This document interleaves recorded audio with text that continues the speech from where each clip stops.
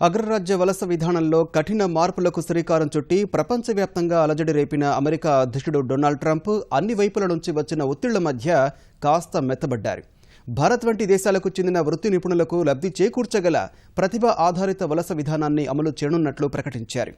America చట్టసభల సంయుక్త సమావేశాన్ని ఉద్దేశించి చేసిన తొలి ప్రసంగంలో ఈ మేరకు వెల్లడించిన ట్రంప్ తెలుగు ఇంజనీర్ కూచిబొట్ల శ్రీనివాస్ హత్యను ఖండించారు. అమెరికన్లకు ఉద్యోగాల కల్పన, మెక్సికో గోడ నిర్మాణం, ఐఎస్ ఉగ్రవాద సంస్థపై పోరు వంటి అంశాలపై తన ప్రణాళికల్ని ట్రంప్ వివరించారు. తెలుగు ఇంజనీర్ కూచిబొట్ల శ్రీనివాస్ మృతికి కారణమైన క్యాన్సస్ జాత్యహంకార కాల్పుల ఘటనపై అమెరికా అధ్యక్షుడు డొనాల్డ్ ట్రంప్ ఎట్టకేలకు మౌనం వీడారు. విద్వేష ఘటనపై ట్రంప్ స్పందించాలన్న అమెరికన్ విపక్షాలు, భారతీయ సమాజం డిమాండ్ల మధ్య ఆయన నోరు విప్పారు. అమెరికా 45వ అధ్యక్షుడిగా ఎన్నికైన తర్వాత ఆ దేశ చట్టసభనుద్దేశించి తొలిసారి ప్రసంగించిన ట్రంప్ ఐక్యతా మంత్రం జపించారు. Recent threats targeting Jewish community centers and vandalism of Jewish cemeteries, as well as last week's shooting in Kansas City, remind us that while we may be a nation divided on policies, we are a country that stands united in condemning hate and evil in all of its very ugly forms. I am here tonight to deliver a message of unity and strength, and it is a message deeply delivered from my heart.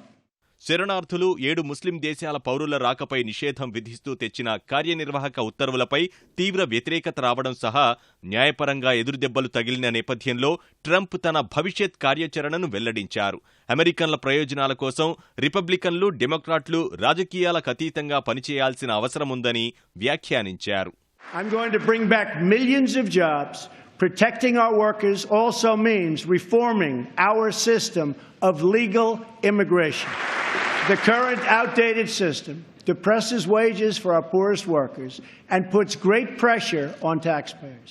Nations around the world, like Canada, Australia, and many others, have a merit-based immigration system. It's a basic principle that those seeking to enter a country ought to be able to support themselves financially. According to the National Academy of Sciences, our current immigration system costs American taxpayers many billions of dollars a year. Switching away from this current system of lower-skilled immigration and instead adopting a merit-based system, we will have so many more benefits. It will save countless dollars, raise workers' wages, and help struggling families, including immigrant families, enter the middle class, and they will do it quickly. ప్రస్తుతం అగ్రరాజ్య ఆర్థిక పరిస్థితి ఏమీ బాగాలేదన్న Trump ఆర్థిక వ్యవస్థకు పునరుత్తేజం కల్పించేందుకు American సంస్థలకు చేయూతనివ్వాల్సిన అవసరాన్ని వివరించారు.